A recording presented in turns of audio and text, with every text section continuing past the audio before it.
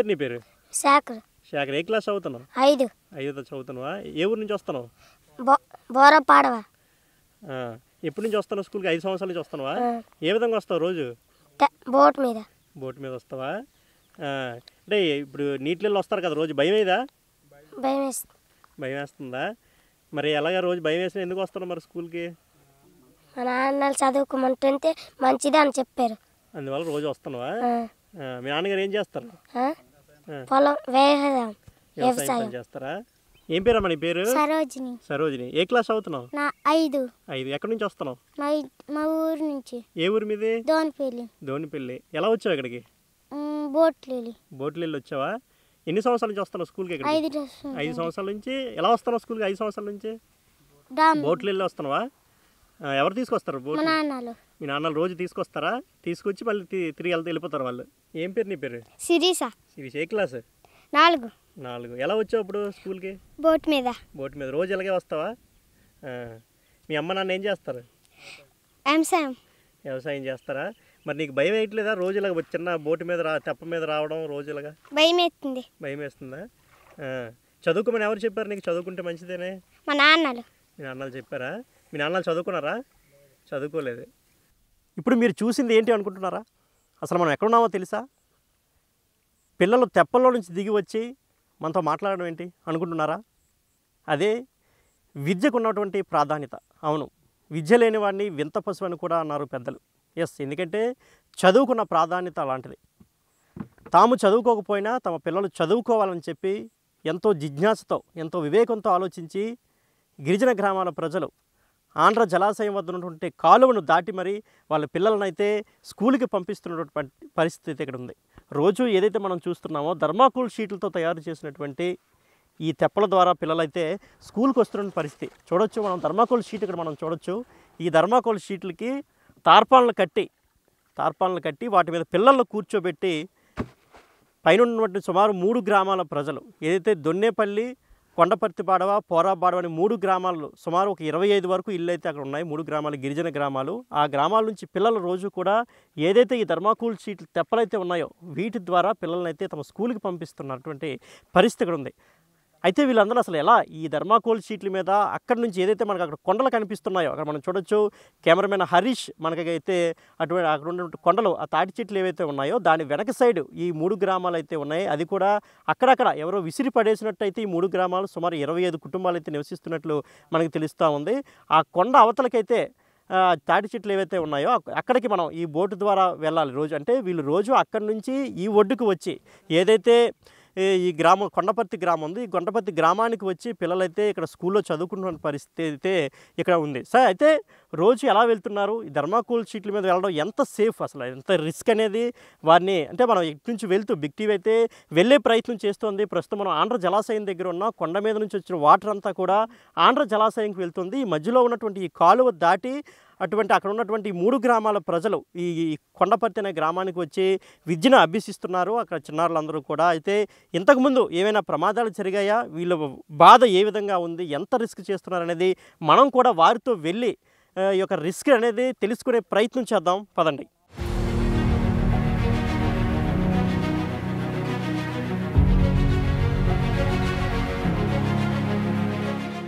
ప్రస్తుతం మనం కొండపర్తి గ్రామం నుంచి ఏదైతే ఆ చివర కొండల దగ్గర ఉన్నటువంటి 3 గ్రామాలు ఉన్నాయో, దొన్నేపల్లి కావచ్చు, కొండపర్తిపాడ కావచ్చు, పోరాబాడ, ఆ 3 గ్రామాలకైతే ప్రస్తుతం మనం ఈ చిన్న తెప్పల్లో నుంచి వెళ్తున్నాం. ఈ తెప్పలు మనం ఇంతకుముందే చూసాం. థర్మాకోల్ షీట్లతో తయారు చేసినటువంటి తెప్పలు ఇవన్నీ కూడా ఏదైతే ఆ కొండల నుంచి నీరు వస్తుందో ఇక్కడ నుంచి కూడా ఆంధ్ర జలాశయం ఏదైతే పక్కనే ఉన్నటువంటి ఆంధ్ర జలాశయంకి మొత్తం ఈ వాటర్ అంతా కూడా వెళ్తోంది. అయితే ఈ వాటర్లో నుంచి కూడా ప్రతిరోజు పిల్లలైతే ఇదే తెప్పల మీద ప్రయాణం చేస్తూ సుమారు 25 ఏళ్ళ నుంచి, అంటే స్కూల్ పిల్లలనే కాదు పెద్దవాళ్ళు కూడా ఇదే తెప్పల మీద ప్రయాణం చేస్తూ అక్కడి నుంచి ఏ చిన్న అవసరం వచ్చినా, గర్భిణీలు తీసుకురావాలన్నా, ఎవరికైనా హెల్త్ ఇష్యూస్ ఉన్న వాళ్ళని హాస్పిటల్స్ తీసుకురావాలన్నా, అదేవిధంగా చిన్నపిల్లలు స్కూల్కి వెళ్ళాలన్నా ప్రతి ఒక్కరు కూడా ఈ థర్మాకోల్ షీట్లతో తయారు చేసినటువంటి తెప్పలే గతి అనేది అయితే మనకు తెలుస్తుంది. ఇక్కడ మనం చూడొచ్చు థర్మాకోల్ షీట్స్ని దోమ తెరలు, ఇక్కడ మనం చూడొచ్చు దోమ తెరను మనం చూడొచ్చు. అంటే ఈ దోమ తెరను కట్టారు, ఇక్కడైతే తార్పాన్ని కట్టారంటే వీళ్ళ యొక్క పేదరికాన్ని కూడా తెలియజేస్తుంది. అంటే పూర్తిగా అంటే మొత్తం అన్నింటికి కూడా తార్పాలను కట్టే పరిస్థితి కూడా అంటే అంత ఆర్థిక స్తోమత కూడా వీళ్ళకైతే లేదు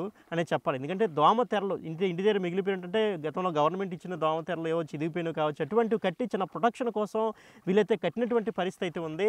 చూడొచ్చు ఇక్కడ నుంచి మనం ఆ కొండ ఏదైతే ఆ కొండ తాటి చెట్లు ఉన్నాయో ఆ తాటి చెట్లు వెనుకున్నటువంటి గ్రామాలకైతే మనం వెళ్తున్న పరిస్థితి. బిగ్ టీవీ చాలా ఎక్స్క్లూజివ్గా అంటే కొంత డేరింగ్ చేసి అంటే ఎందుకంటే సుమారు 25 ఏళ్ళ నుంచి కూడా ఇక్కడ ప్రజలు పడుతున్న ఇబ్బందుల్ని చూపించాలనే ఒక ఉద్దేశంతో ఎంత రిస్క్ చేస్తూ వీళ్ళైతే ప్రతిరోజు నిత్యం, ఎందుకంటే ఇది ఏ ఒక్కరోజు లేదంటే సంవత్సరానికి ఒకసారో నెలకు ఒకసారో వచ్చే పరిస్థితి కాదు, నిత్యం ప్రతిరోజు కూడా ఈ నీటి ద్వారా ప్రయాణం చేస్తూ ఈ తెప్పల్లోనే ప్రయాణం చేస్తూ రావాల్సిన పరిస్థితి. మనం కూర్చున్నదైతే రెండు ధర్మాకోల్ అంటే మొత్తం 4 ధర్మాకోల్ షీట్లు ఒక ఆయన అంటే మా కెమెరామెన్ హరీష్ కూర్చున్నదైతే ఈ బ్లూ కలర్ ఉన్నటువంటి ధర్మాకోల్ షీట్లో ఆయన కూర్చున్నాడు. నేను ఈ దోమతెర కట్టినటువంటి దాంట్లో కూర్చున్నాను. అందులో 2 ధర్మాకోల్ షీట్లు ఉన్నాయి. ఇందులో 2 అంటే ఇది కూడా పూర్తి ధర్మాకోల్ షీట్ కాదు, 2 మొక్కల్ని వీళ్ళు ఈ యొక్క తాళ్ళు ఏవైతే ఉన్నాయో ఈ తాళ్ళతో కట్టి అటాచ్ చేసి వాటిని దోమతెరలు చుట్టి కొంత అంటే వాళ్ళకు ఉన్నటువంటి దీని స్తోమత ప్రకారం కూడా తయారు చేసుకుని ఎలాగైనా, ఎందుకంటే పిల్లల్ని ముఖ్యంగా చిన్న పిల్లల్ని ఎలాగైనా చదివించాలి. ఎందుకంటే పెద్దవాళ్ళ అవసరాల మేరకు ఏదో ఇంట్లో అవసరాల మేరకు హెల్త్ ఇష్యూస్ మేరకు వెళ్ళాల్సిన పరిస్థితులు మనం ఎన్నో చూసాం. ఎందుకంటే గిరిజన గ్రామాలు అటు అరకు పాడేరు గిరిజన గ్రామాలు కావచ్చు, అదేవిధంగా ఎస్కోట వైపు ఉన్నటువంటి గిరిజన గ్రామాలు కావచ్చు, సాలూరు వైపు ఉన్న గిరిజన గ్రామాలు చూసాం. అదేవిధంగా ప్రస్తుతం మనం మెంటాడ మండలం కొండపర్తి గ్రామానికి అవతల ఉన్నటువంటి 3 గ్రామాల ప్రజలకు అవస్థ చూసేందుకు ఈరోజు బిగ్ టీవీ అయితే ముందుకైతే వచ్చింది. ఇక్కడ మనం చూసుకోవచ్చు ఏవైతే అట్నుంచి కాలువ మనకు కనిపిస్తుంది, ఇటు విరిగిపోయిన తాటి చెట్లు కావచ్చు అవన్నీ మనకు కనిపిస్తూ ఉన్నాయి. సో అట్నుంచి అటు ఆ చివరిలో మనకి ఏవైతే కొండలు కనిపిస్తున్నాయో ఆ కొండల నుంచి మొత్తం ఈ వాటర్ అంతా కూడా అంటే వర్షాల ద్వారా, ఎందుకంటే ప్రస్తుతం మన వర్షాకాలం సీజను వాటర్ ఇంకా ఎక్కువ వర్షాలు కొండలపై ఎక్కువ వర్షాలు ఉంటాయి, మనందరికీ తెలిసిన విషయం అది.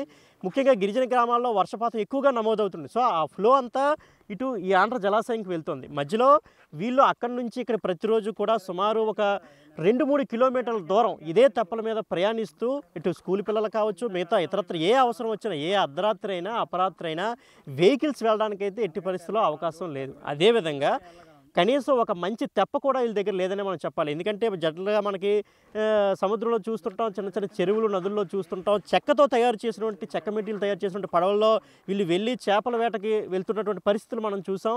అదేవిధంగా మనుషులు కూడా బోట్ షికార్లకు వెళ్ళేటప్పుడు కూడా చాలా మంచి బోట్లతో వెళ్తుంటారు. కానీ ఈ 3 గ్రామాల ప్రజలు సుమారు 25 కుటుంబాల వారు ప్రతిరోజు రిస్క్ అంటే పేక మీద కత్తి అనే చెప్పాలి. ఎందుకంటే చావో రేవో తెలియదు, వెళ్తే తిరిగి వస్తామనేటువంటి గ్యారంటీ కూడా లేదనే చెప్పాలి. ఎందుకంటే అటు అలా ఉంది పరిస్థితి, ఫుల్గా నీరుంది.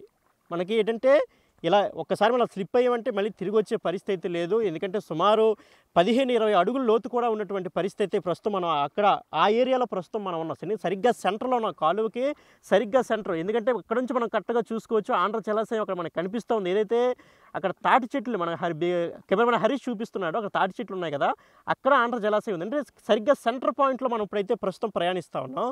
ఈ ప్రయాణం ఎందుకంటే ఇక్కడ సుమారు 15-20 అడుగుల లోతు ఉండే పరిస్థితి. చిన్న పిల్లలు మనం స్టార్టింగ్లో మనం చూసాం, చిన్న పిల్లలు చూసాం. అటువంటి వాళ్ళు సుమారు రోజుకి 10 మంది ఇక్కడ నుంచి ఈ 3 గ్రామాల నుంచి కూడా అక్కడికి వెళ్తారు. అంటే పెద్దవాళ్ళు వెళ్ళినా వెళ్ళకపోయినా వాళ్ళకి ఏ అవసరాలు ఉన్నా వాటిని సరే ఈరోజు అవసరం లేదు అనుకున్నా పిల్లలైతే కంపల్సరీగా స్కూల్కి వెళ్ళాల్సిందే. ఎంత పెద్ద వరదలు వచ్చినా కానీ ఎంత పెద్ద నీరు వచ్చినా కానీ చదువుకోవాలనే ఒక జిజ్ఞాస వాళ్ళ తల్లిదండ్రులు నిజంగా మనం హ్యాట్స్ ఆఫ్ చెప్పాలి. పిల్లల్ని మేము చదువుకోలేదు, మా పిల్లలు మాత్రం ఖచ్చితంగా చదివించాలి, వాళ్ళకు ఒక మంచి చదువు అందించాలి. ఇటువంటి దౌర్భాగ్యకరమైనటువంటి పరిస్థితుల నుంచి బయటపడేలా ఒక ఆలోచన ఇక్కడ మనం చూడొచ్చు.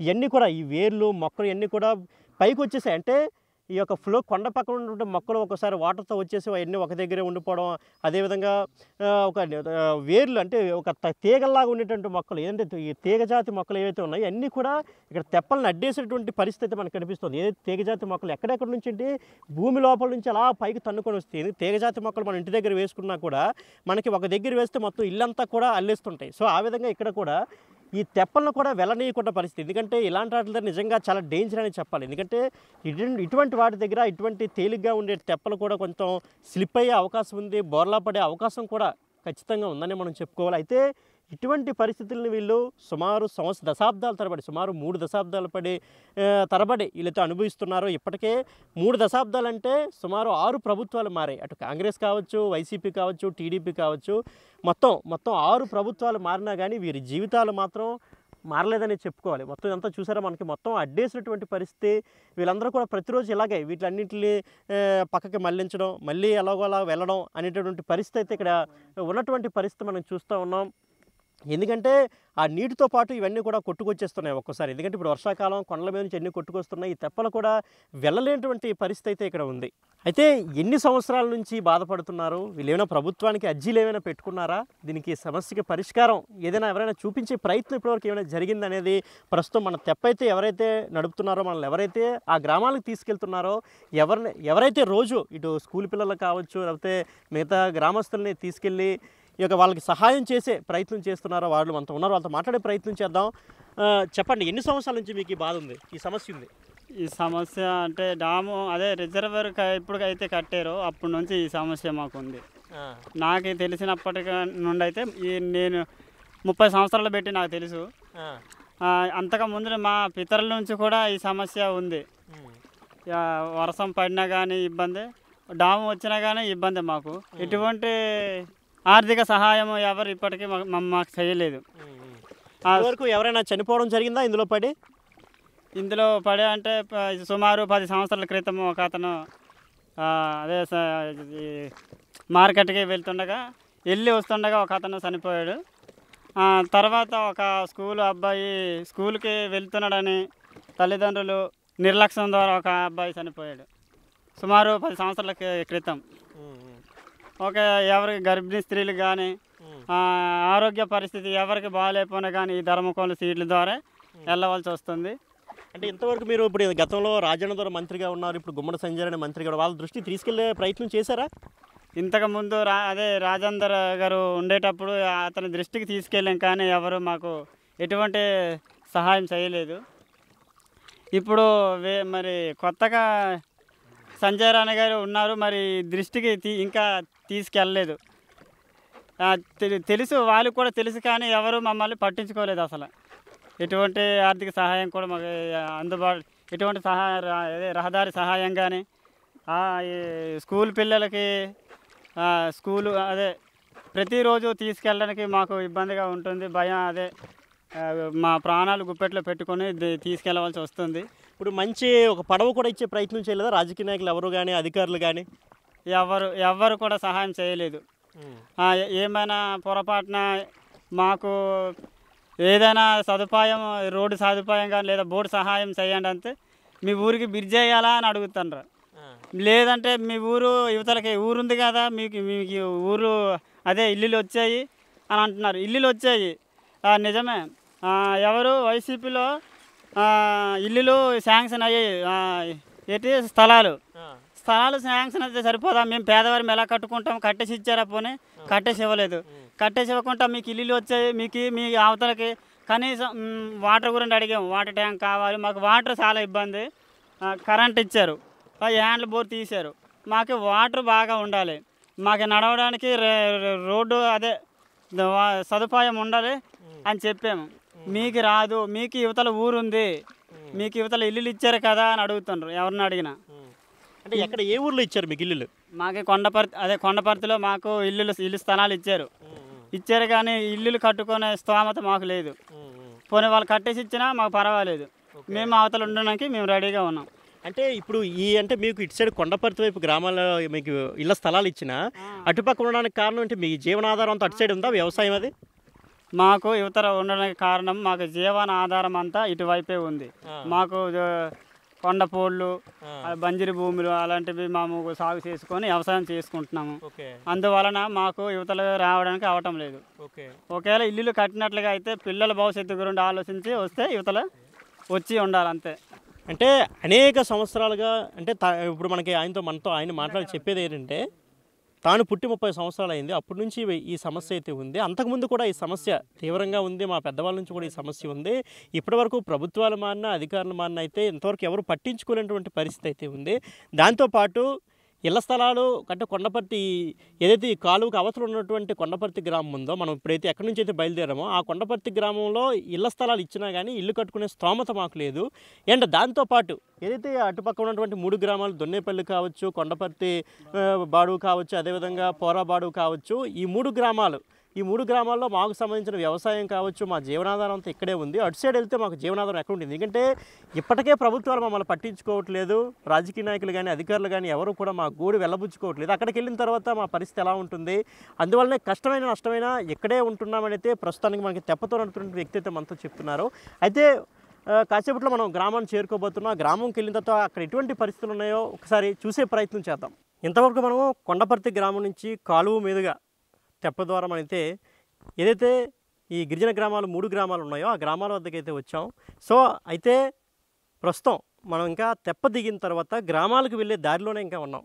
పూర్తిగా ఇంకా మనం గ్రామాల దగ్గరికి వెళ్ళలేదు. అయితే ఎందుకు ఈ విషయాన్ని పాయింట్అవుట్ చేస్తారంటే తెప్పలో రావడం, తెప్పలో వెళ్ళడం అనేది ఒక రిస్క్. అయితే అక్కడ నుంచి మళ్ళా గ్రామాలకు చేరుకోవడం ఎంత కష్టం అనేది తెలియజేయడానికి ప్రస్తుతం అయితే నేను ఇక్కడ ఉన్నాను. ఇది చూడొచ్చు మనం మొత్తం అంతా కూడా బురదమయం అయిపోయినటువంటి రోడ్డు అయితే మనకు కనిపిస్తూ ఉంది. మొత్తం అంతా ఎటు చూసినా చెట్టు చేమ అయితే మనకు కనిపిస్తూ ఉంది. సరైన రోడ్డు అంటే తెప్ప దిగిన తర్వాత వాళ్ళ గ్రామాలకు కానీ వాళ్ళ ఇళ్ళకి కానీ చేరుకోవడానికి సరైన రోడ్డు సదుపాయం కూడా వీళ్ళకైతే లేదని చెప్పాలి. ఎందుకంటే మనం నడుస్తుండగానే మనకే చాలా స్పష్టంగా విజువల్స్లో మీకు కనిపిస్తూ ఉంది ఎంత కష్టంగా ఉంది. నడవడానికి కూడా దారి లేనటువంటి పరిస్థితి అయితే ఉంది.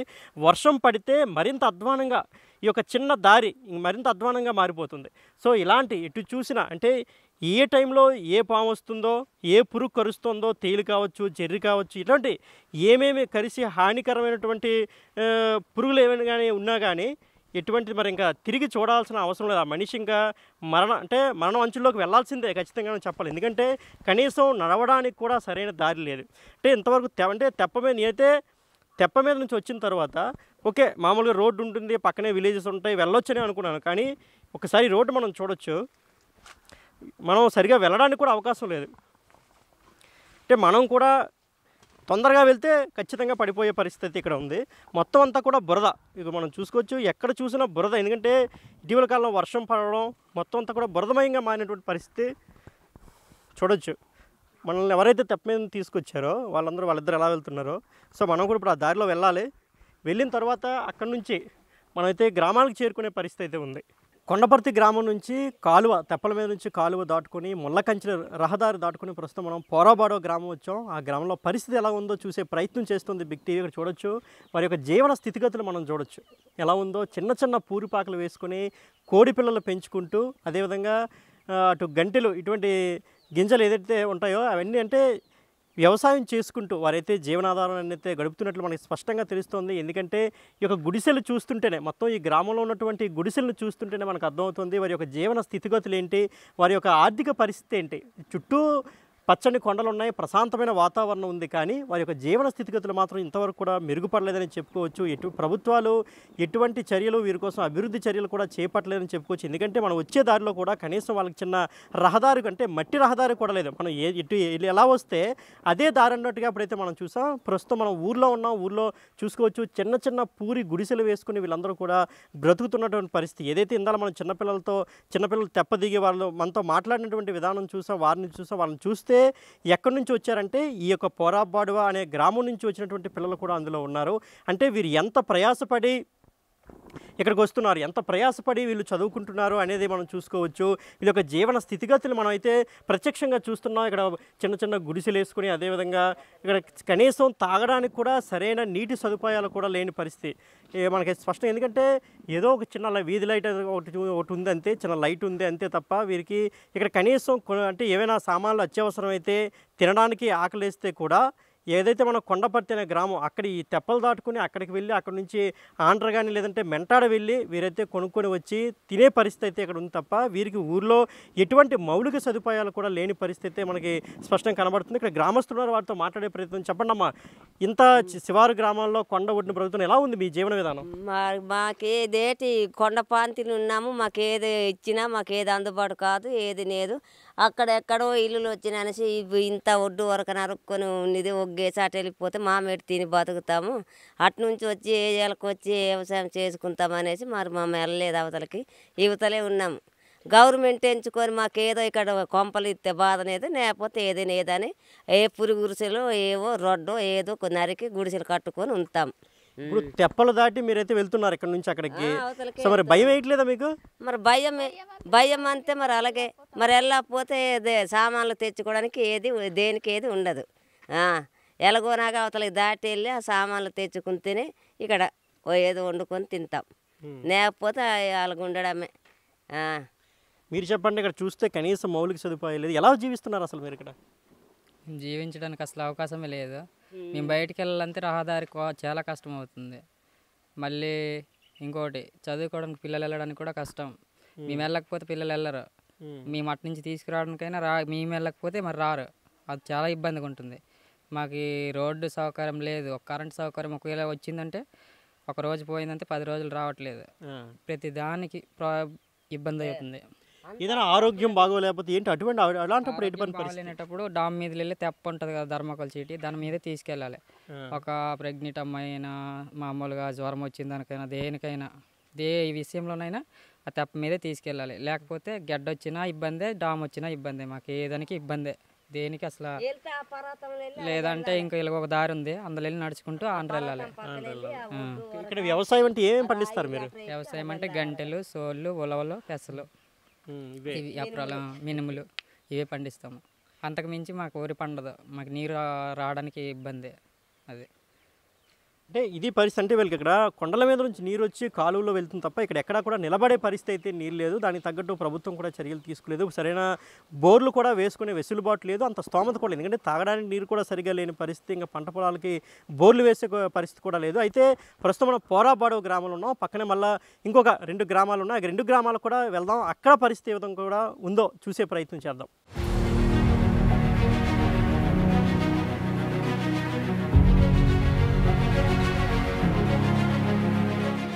మనం ఇంతవరకు కూడా పోరాబాడు గ్రామాన్ని చూసాం, అక్కడ పరిస్థితులు చూసాం, జీవన విధానాలు కూడా చూసాం. ప్రస్తుతం మనం దొన్నేపల్లి అనే గ్రామంలో ఉన్నాం. ఇక్కడ పరిస్థితి ఎలా ఉంది? ఎందుకంటే కొండపర్తి గ్రామం నుంచి అక్కడ నుంచి కాలువ దాటి తెప్పల నుంచి వచ్చిన తర్వాత అక్కడ సుమారు 3 గ్రామాలు ఉన్నాయని చెప్పుకున్నాం. అందులో భాగంగా ఇంకో గ్రామానికి మనం అయితే ప్రస్తుతం రావడం జరిగింది. సో ఇక్కడ పరిస్థితి ఏ విధంగా మనం చూసుకున్నట్లయితే సేమ్ ఏదైతే ఆ ఊర్లో పరిస్థితి మనం చూసామో ప్రస్తుతం పోరాబాడు గ్రామంలో పరిస్థితి చూసాం. ప్రస్తుతం కూడా సేమ్ అదే పరిస్థితి. కనీసం ఎటువంటి సదుపాయాలు కూడా లేనటువంటి గ్రామంలో అయితే మనం ప్రస్తుతం ఉన్నాం. ఆ ఇంటిని చూస్తే మనకు అర్థమవుతుంది వీరి యొక్క జీవన స్థితిగతులు ఏ విధంగా ఉన్నాయి, వీరి యొక్క ఆర్థిక పరిస్థితులు ఏంటి, వీరు ఏ విధంగా జీవిస్తున్నారు, ఎలాంటి దీన స్థితిలో, ఎలాంటి నిస్సహాయ స్థితిలో అయితే వీరందరూ కూడా జీవనం సాగిస్తున్నారు అనే దానికి నిదర్శనమే ఈ యొక్క వాతావరణం కావచ్చు, ఈ యొక్క ఇల్లులు కావచ్చు, వారి యొక్క జీవన విధానం కావచ్చు చాలా స్పష్టంగా తెలుస్తుంది. ఎందుకంటే ఇక్కడి నుంచి కూడా ఎంతో రిస్క్ చేస్తూ స్కూల్ పిల్లల్ని తెప్పల మీద దాటించి కొండపర్తి గ్రామానికి వెళ్ళి చదివించడం ఎందుకు చేస్తున్నారు అంటే కేవలం ఇటువంటి జీవన విధానం. ఎందుకంటే ఎంతో దీన స్థితిలో ఉండడం, ఎవరు వీరికి సహాయం చేయకపోవడం, సహాయం చేయడానికి ఎవరు ముందుకు రాకపోవడం, ఇటువంటి పరిస్థితి మళ్ళీ తమ పిల్లలకి తమ వారసులకు కూడా రాకూడదనే ఉద్దేశంతో ఇటువంటి అంటే కానీ పెద్ద వర్షం గాలి వస్తే కూడా ఎగిరిపోయేటట్టయితే ఇవన్నీ కూడా ఇక్కడ ఇల్లు ఉన్నటువంటి పరిస్థితి. ఎవరో విసిరేసినట్టు అయితే కొండ అంచున ఈ యొక్క ఇల్లులు అయితే ఉన్నాయి. వీరందరూ కూడా జీవిస్తున్నారు. ప్రస్తుతం మనతో పాటు గ్రామస్తులు కూడా ఉన్నారు. అసలు పిల్లల్ని ఇంత రిస్క్ చేసి ఎందుకు పంపిస్తున్నారు, ఎలా పంపిస్తున్నారు, అసలు భయం లేదా అనేది వారి మాటలోనే తెలుసుకునే ప్రయత్నం చేద్దాం. చెప్పండి, మీ పిల్లలు స్కూల్కి వెళ్తున్నారా? ఎక్కడి నుంచి వెళ్తున్నారండి? వెళ్తున్నారు. మరి మీకేం భయం వేయట్లేదా? భయం మరి ఏడు చేస్తాం మరి అలా తప్పదు మరి, అలాగే దిగి పెడతాను మరి తెప్పల మీద డామ్లు వెళ్ళి. మీరేమైనా చదువుకున్నారా? మాకు చదువు లేదండి, అప్పుడు లేదు. మరి మీకు చదువు లేదు, పిల్లల్ని ఎందుకు చదివించాలనుకుంటున్నారు ఎంత రిస్క్ చేస్తూ? మరి ఏడు చేస్తాం మరి. అంటే ఎంత రిస్క్ చేస్తూ ఎందుకు చదివించాలను? ప్రాణం అంటే ప్రాణం పోయే పరిస్థితి కూడా ఉంది అక్కడ, తెప్ప మీద కింద నీటిలో పడిపోతే. అయినా కానీ ఎందుకు చదివిస్తున్నారంటే ఏం చెప్తారు? మరి ఏం చెప్పాలంటే మరి ఏం చేస్తాం మరి. మంచి కోసం కదండి, మరి తల్లిదండ్రులు పోనమంతా పిల్లలకి బాగా చేయాలి కదా. అవును, అందువల్ల అంటే పిల్లల జీవితమైనా బాగుండాలనే ఉద్దేశంతో స్కూల్కి పంపిస్తున్నారు. అదే బాధ. అంటే భయం వేస్తుందా ఇటు నుంచి వెళ్ళిన వాళ్ళు మళ్ళీ తిరిగి వస్తారో రాదనేది భయం ఉంటుందా? భయం ఉంటుందండి. మరి పిల్లలకి మాకు పిల్లలు వెళ్ళిపోతే మాకు భయమే కుదురుతుంది. అవునవును, వర్షాలు వస్తే గడ్డ వస్తుంది, డామ్ నుంచి వస్తుంది అని బాధ, అదే బాధ. మీరు చెప్పండి, ఎలా ఉంటుంది ఇక్కడ బతకడం? అంటే ఈ కొండ అంచున ఎటువంటి మౌలిక సదుపాయాలు కూడా సరైన సదుపాయాలు తాగడానికి నీరే ఉంటుందా మీకు ఇక్కడ? అక్కడ తాగడానికి నీరు కూడా సరిగా వాటర్ కూడా లేవండి సార్. ఏటి నీరు తెచ్చుకుంటున్నాము. వేసుకప్పుడు ఒక తలకరలోనే కొద్దిగా బోరు ఒక రెడ్డి గారు తీసున్నారు. ఆ నీళ్ళు తెచ్చుకుని తాగినే అటు బురదే. వర్షాలు వచ్చేటప్పుడు మట్టుకు ఏటికి వెళ్తాం, నీరు తెచ్చుకొని మరవ పెట్టుకొని తాగుతాం. టైం వస్తే జ్వరాలు గట్ట వచ్చినా సరే అవసరం ఉంటే మనుషులు ఉంటే తెప్ప మీద వెళ్ళి దాటిస్తారు. మాతల్లో మందులు తెచ్చుకోవడానికి కొండపరిస్థితి వెళ్ళాలి, అక్కడ ఉన్నారు. అమ్మ వర్కర్ గారు అక్కడ ఇస్తారు. పిల్లలకైనా అట్టే దిగబెడతారు ఆ ధర్మ కంపెనీలో వెళ్ళి తెప్ప మీదలు వెళ్ళి. మరి మనుషులు లేకపోతే మగవాళ్ళు లేకపోతే మేము కూడా వెళ్ళాము. బయసు 2 వంతులు మంగళవారం పూట సంతకి వెళ్తే మగవాళ్ళు ఉంటే తెప్ప మీద వెళ్తాం. లేకపోతే ఇదిగో కుంభాలు మెట్ట పంతులు వెళ్తే ఆ సంత తెచ్చిన పూట వర్షం గట్టొస్తే ఒక గుంపున వలసల పైన ఉండిపోతాం. చీకటి అయితే వర్షాకాలం అయితే వర్షం లేకపోతే ఇంటికి వస్తాం. మరి ఇక్కడ మీకు ఎమ్మెల్యేలు కానీ ఎంపీలు కానీ సర్పంచ్ ఎవరు రారు అసలు మీ దగ్గరికి? మా ఇంటికి ఎవరూ రాలేదండి. ఇప్పటికి పోరబ్బాడవా ఇప్పటికి 48 సంవత్సరాలు అయింది. వాటర్ లేదు. మా ఊరికి గ్రామానికి అసలు ఒక్కరు పట్టించుకోవడం కూడా లేదు. మా పిల్లల భవిష్యత్తు కోసం మేము కష్టపడుతున్నాం. భయపడి కర్ర కంప చేసి కూలీ నాలి చేసి పిల్లలు బాగుపడాలి. తల్లిదండ్రులు ఎర్రోళ్ళు అయిపోయినా పిల్లల భవిష్యత్తుని బాగా చూసుకుందామని చదివించవలసి వస్తుంది. ఇప్పుడు ఓట్లు వేయడానికి అనడానికి వస్తారా? ఓట్ల సమయంలో ఓట్ల సమయంలోనే వస్తారండి. నాయకులు వస్తారు, చెప్తారు, వైద్యులు అంటే అంటారు, రాత్రి వస్తారు. వచ్చి రండి కొండపడితే రండి అంటారు. అక్కడికి తాటరు లేకపోతే ఒక ఏదో ఆటో ఏదో తెస్తారు. తెచ్చి వాళ్ళు ఓటేసి వరకు అక్కడ మాట్లాడించుకుంటారు. ఆ ఓటేసుకున్న తర్వాత పలావ్ దుబ్బెండి అని ఇస్తుండ్రు. వాళ్ళు ఇయ్యడము ఒక పసుపు బువ్వ పులిహార మట్టుకి కవర్లు చేసి ఇస్తారండి.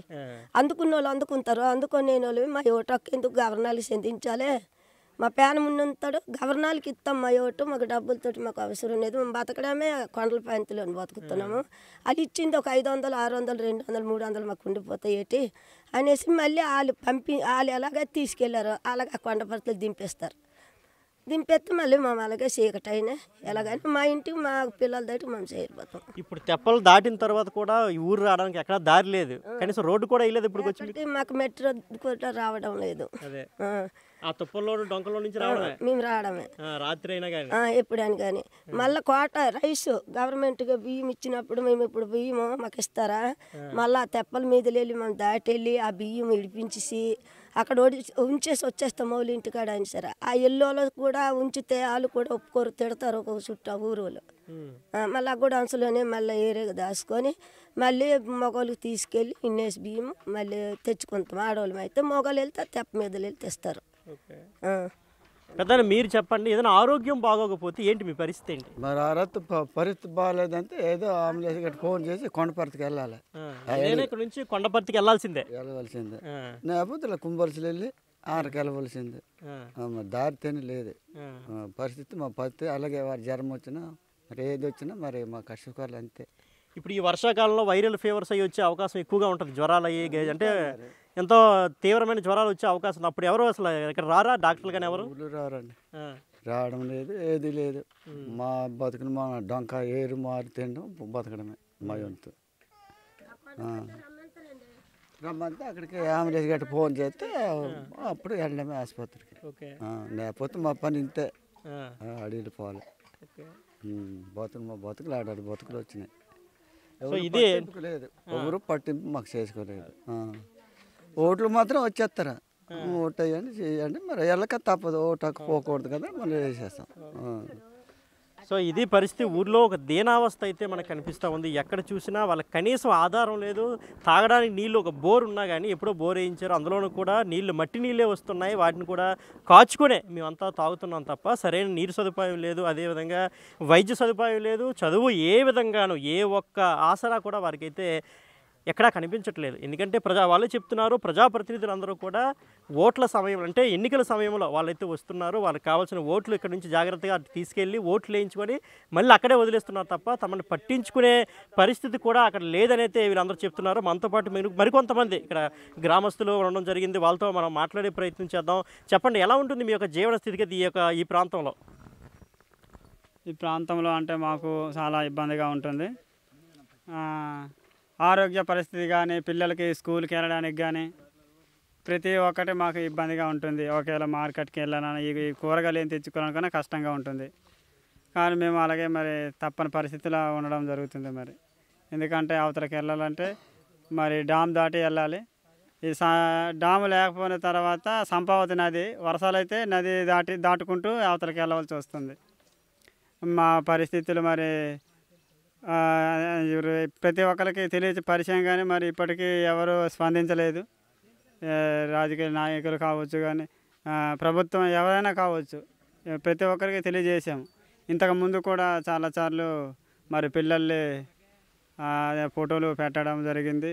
కలెక్టర్ వరకు వెళ్ళడం జరిగింది కానీ ఎవరూ స్పందించలేదు. ఈ గ్రామాల గురించి పట్టించుకోవడం లేదు. ఎవరైనా సహాయం చేస్తారని మేము కోరుచున్నాం. సో అదే అంటే ఇది పరిస్థితి. అయితే ప్రస్తుతం ఊర్లో ఉన్న పరిస్థితులు చూసాం, వారి జీవన స్థితిగతులు చూసాం, అదేవిధంగా వారి ఆర్థిక పరిస్థితి కూడా మనం ఎక్స్క్లూజివ్గా ప్రతిదీ కూడా వారి వద్దకు వెళ్ళి మొత్తం అంటే థర్మాకోల్ షీట్ మీద తెప్ప దాటుకొని వారి సహాయం ఈ గ్రామస్తుల సహాయంతో ఇక్కడికి వచ్చి వారి యొక్క పరిస్థితులు అయితే చూడడం జరిగింది. అయితే తిరిగి వెళ్ళిన తర్వాత అంటే ఇక్కడ నుంచి మళ్ళీ తిరిగి వెళ్దాం, తిరిగి వెళ్ళేటప్పుడు ప్రయాణం ఎలా ఉంటుంది, అదేవిధంగా అక్కడ నుంచి స్కూల్కి వెళ్దాం, ఇక పిల్లల యొక్క చదువు ఏ విధంగా ఉంది, ఎంత కష్టపడి వచ్చిన పిల్లలకి ఏ విధమైనటువంటి చదువు అందుతోంది తెలుసుకునే ఎందుకంటే కొండపర్తిలో వాళ్ళ పిల్లలందరూ స్కూల్కి వెళ్తున్నారు, అక్కడ స్కూల్కి వెళ్ళి తెలుసుకునే ప్రయత్నం చేద్దాం. అయితే ప్రస్తుతం మనం ఏదైతే అంటే ఈ కొండపర్తి గ్రామానికి అదేవిధంగా మధ్య కాలువ అయితే ఉందో కాలువ అవతల ఉన్నటువంటి గ్రామాలకైతే వెళ్ళి తిరిగి వస్తున్నాం. ఏదైతే తెప్పల మీద థర్మాకోల్ షీట్ల మీద అయితే మనం అక్కడికి వెళ్ళడం జరిగిందో తిరిగి అదే థర్మాకోల్ షీట్ల మీద ఆ గ్రామాల నుంచి తిరిగి వస్తున్నాం. దొన్నేపల్లి కావచ్చు, అదేవిధంగా బాడువా, ఈ యొక్క గ్రామాల నుంచి మళ్ళీ తిరిగి మనం అయితే దొండపర్తి గ్రామానికైతే మనం వెళ్తున్నాం ప్రస్తుతానికైతే. అయితే మనం చూడొచ్చు ఇక్కడ గాలి ఏ విధంగా వీస్తుందో మనం చూడొచ్చు. గాలి అనేది ఎంత ప్రభావం చూపుతుందో, ఎందుకంటే ఆయన ఎంతో కష్టపడుతున్నారో ఒక పక్క నుంచి దాన్ని జాగ్రత్తగా తీసుకెళ్దామని, కానీ గాలి ప్రభావానికి పూర్తిగా ఆయన మాట అయితే వినట్లేదు. ఎందుకంటే థర్మాకోల్ షీట్ అనేది చాలా తేలిగ్గా ఉంటుంది కాబట్టి తొందరగా గాలి యొక్క వేగానికి అది తనకు నచ్చిన దిశలో అంటే గాలి ఏ దిశలో వెళ్తుందో ఈ యొక్క థర్మాకోల్ షీట్ తెప్ప ఏదైతే ఉందో అది కూడా అదే దిశలో వెళ్తుంది తప్ప తెప్పను నడుపుతున్నటువంటి వ్యక్తి ఎంత కష్టపడినా కానీ తను అనుకున్నట్టయితే మాత్రం నడపలేదు. ఎందుకంటే ఇంతకుముందే వాళ్ళు చెప్పడం జరిగింది చాలా ప్రమాదకరమైనటువంటి ప్రయాణం, ముఖ్యంగా గాలి వేస్తే మాత్రం అది మరింత ప్రమాదంగా మారే అవకాశం ఉందని కూడా చెప్పడం జరిగింది. ఎందుకంటే మనం చూస్తున్నాం గాలి ఇక్కడ వాటర్ని చూడొచ్చు, గాలి ఎంత ఫోర్స్లో వస్తుంది అనేది ఇక్కడ వాటర్ని చూస్తే మనకి తెలుస్తుంది. ఇక్కడ మన కెమెరామెన్ మనకి ఇక్కడ విజువల్స్లో చూపిస్తున్నారు. అంటే గాలి ఎంత ఫోర్స్లో వీస్తుంది అనేది వాటర్ ప్రవాహాన్ని బట్టి మనం చెప్పొచ్చు. ఎందుకంటే ఈ యొక్క స్పీడ్గా వీస్తున్నటువంటి గాలి చాలా ప్రమాదకరం. కానీ బిగ్ టీవీ ఎక్స్క్లూజివ్గా మనకి ఎందుకు ఇంత రిస్క్ చేసింది అంటే అటు నుంచి ఇటు నుంచి వెళ్ళినటువంటి ప్రజలు అటుపక్క వెళ్తున్నారు, అటు నుంచి ఇటుపక్క వస్తున్నారంటే అందరికి కారణం కేవలం ఈ తెప్పల మీదే వస్తున్నారు తప్ప వేరే అవకాశం వాళ్ళకి లేదు, వేరే దారి కూడా వాళ్ళకి లేదు, మామూలుగా వెళ్ళే దారి కూడా వాళ్ళకి లేదు. అదేవిధంగా ఇక్కడ ఏదో వంతెనలో లేదంటే బ్రిడ్జ్లో లేదంటే ప్రయాణం సాఫీగా సాగడానికి వారికి ఎటువంటి బోట్లు కూడా ప్రభుత్వం కానీ ఇతర అధికారులు కానీ వారికి అయితే సదుపాయాలు కల్పించలేనటువంటి పరిస్థితి ఉంది. సో ఇటువంటి పరిస్థితుల్లో ఏదో అంటే అక్కడ ఉన్నటువంటి పరిస్థితులు మనం చూపించడానికి ప్రజలకు చూపించాలి, బయట ప్రపంచానికి తెలియాలి. ఎందుకంటే అటువంటి మారుమూల గిరిజన గ్రామాల్లో నివసిస్తున్నటువంటి ప్రజలు, జీవితాన్ని గడుపుతున్నటువంటి ప్రజలు ఏ విధంగా జీవిస్తున్నారో చూపించడానికి అయితే బిగ్ టీవీ ఒక ప్రయత్నం చేసింది, ఒక రిస్క్తో కూడుకున్నటువంటి ఒక ప్రయత్నం అయితే చేసింది. అయితే చేస్తూ తిరుగు ప్రయాణం మనం అవుతున్నాం. తిరుగు ప్రయాణం అవుతుంటే గాలి ఏ విధంగా వీస్తుందో ఒక చెట్లు మనం చూడొచ్చు. అక్కడ చెట్లు చూస్తే తెలుస్తుంది గాలి ఎంత వేగంగా వీస్తుందో. ఆ చెట్లను చూస్తే మనకు తెలుస్తుంది చెట్లు ఏ విధంగా ఊగుతున్నాయో ఆ చెట్లను చూస్తే మనకు తెలుస్తుంది. ఎందుకంటే ఈ యొక్క తెప్పలు ఎక్కడైతే ఏ తెప్పల్లో అయితే మనం ఉన్నా ఆ తెప్పలు కూడా ఇప్పుడు ప్రస్తుతం కదలలేని పరిస్థితి. ఎందుకంటే గాలి ఆంధ్ర జలాశయం అటువైపు ఉంది, ఆంధ్ర జలాశయం వెళ్తున్నటువంటి దిశలో గాలి అయితే వేస్తుంది. కానీ మనం వెళ్ళాల్సింది ఈ యొక్క కొండపర్తి గ్రామం ఏదైతే ఉందో ఆ ఒడ్డుకి మనం చేరుకోవాలి. సో గాలి తిన్నగా అంటే ఆంధ్ర జలాశయం వరకు గాలి వేయడం, ఈ థర్మాకోల్ షీట్ల యొక్క తెప్పలు అటువైపే ప్రయాణం చేస్తున్నాయి. ఎందుకంటే మనం ముందే చెప్పాం గాలి ప్రవాహం ఎటు వేస్తే థర్మాకోల్ షీట్లు తేలిక కావడం వల్ల అటువైపే వెళ్తాయి తప్ప ఇక దీన్ని ఎవరైతే ముందుకు తీసుకెళ్తున్నారో వాళ్ళు చెప్పిన మాట ఇది వినట్లేదు. చూడొచ్చు ఆయన ఎంత కష్టపడుతున్నాడో దాన్ని తీసుకెళ్ళడానికి తన రెక్కలు అంటే తన శరీరాన్ని రెక్కలు కష్టంలా మనం చెప్పవచ్చు. ఎందుకంటే ఎంతో కష్టపడుతున్నాడు ఆయన. ఎంత కష్టపడినా కానీ తను అనుకున్న దిశలో తీసుకెళ్ళడానికి అయితే మాత్రం చాలా తీవ్రంగా శ్రమిస్తున్నాడని చెప్పుకోవచ్చు. ఎందుకంటే గాలి ప్రభావం అంతగా ఉంది. సో అంటే మనమనే కాదు ఎవరు ప్రయాణించినా కానీ ఇందులో నేనైనా లేకపోతే ఆయననో లేకపోతే వేరొకరనే కాదు ఎవరు ప్రయాణించినా నిత్యం ప్రయాణిస్తున్న ముఖ్యంగా చిన్నపిల్లలు సుమారు 10 మంది చిన్నపిల్లలు అయితే రోజు ఇదే తెప్పల మీద అయితే వెళ్తున్నారు, వస్తున్నారు. తమ చదువు కోసం, తమ విద్య కోసం ఎంతో కష్టపడుతున్న పరిస్థితి. కానీ ఇటువంటి పరిస్థితులు ఎదురైతే నిజంగా ఈ గాలి ఇంకా బీభత్సంగా గాలి వేసిన ఒక సునామీలా పెద్ద గాలి వచ్చినట్లయితే, ఎందుకంటే మనం చూసాం అటు ఖమ్మం ప్రాంతంలో చూసాం సుమారు 500 చెట్లు అక్కడ ఖమ్మంలో ములుగు ప్రాంతంలో చెట్లు విరిగి పడిపోయినటువంటి అంటే ఎంత పెద్ద గాలి వేస్తే సుమారు ఒక ములుగు ప్రాంతంలో, ఎందుకంటే అదంతా అటవీ ప్రాంతం, ఆ ప్రాంతం సమ్మక్క సారలమ్మ ఉండే ఏరియా అదంతా కూడా, ఆ ఏరియాలో సుమారు 500 చెట్లు పడిపోయాయి. అంటే ఎంత గాలి వేసి మరి అటువంటి గాలి ఇక్కడ కూడా వేస్తే ఈ యొక్క కొండపర్తి ప్రాంతం యొక్క ఆంధ్ర జలాశయం ఉన్నటువంటి ఈ యొక్క మెంటాడ ప్రాంతంలో కూడా అటువంటి గాలి వేస్తే ఈ యొక్క తెప్పల మీద వెళ్ళే వారి పరిస్థితి ఏ విధంగా ఉంటుందో మనందరం కూడా ఒకసారి అర్థం చేసుకోవాలి. ప్రజాప్రతినిధులు అధికారులు కూడా ఒకసారి దృష్టి సారించాలని అయితే బిగ్ టీవీ కోరుకుంటోంది. ఎందుకంటే ఇదంతా ప్రజల ప్రాణాలతో చెలగాటమని చెప్పుకోవాలి. నిజంగా ప్రభుత్వాలు వారి యొక్క 3 గ్రామాల ప్రజలతో చెలగాటం ఆడుతున్నాయని మనం చెప్పుకోవాలి. ఎందుకంటే ఈ యొక్క ప్రభుత్వాన్ని విమర్శించడమో ఈ యొక్క ప్రభుత్వాన్ని పొగడడం ఇక్కడ కాదు.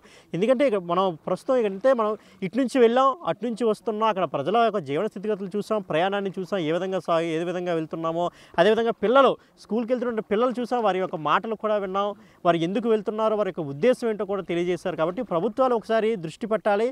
అయితే ఇక్కడ నుంచి వెళ్ళిన తర్వాత ప్రస్తుతం మనం ఒడ్డుకు చేరుకునేటటువంటి అంటే కొంత దగ్గరలో మనం ఉన్నాం కాబట్టి తర్వాత స్కూల్కి వెళ్దాం.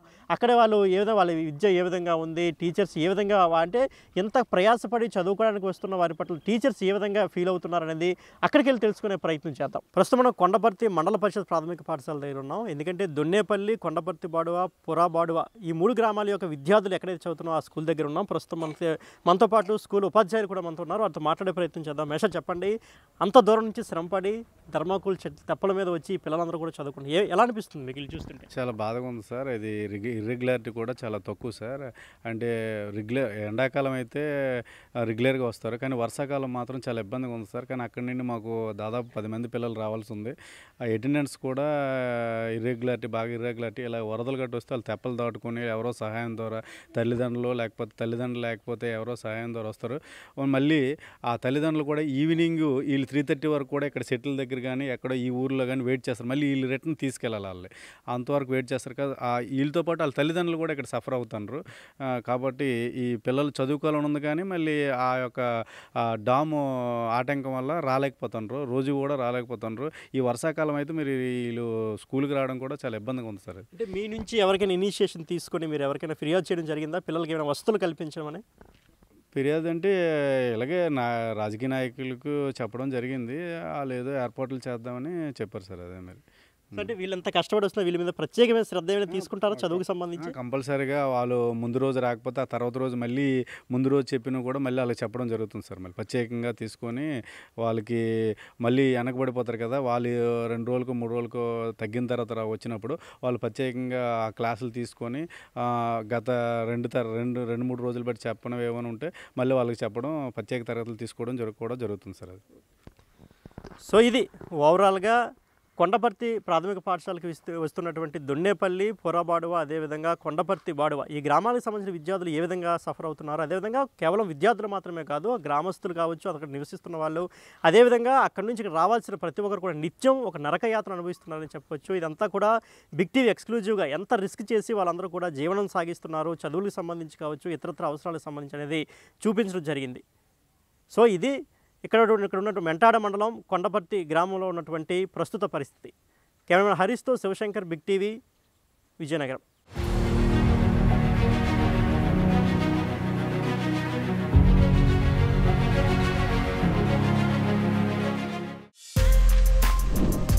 For more videos like this, subscribe Big TV channel.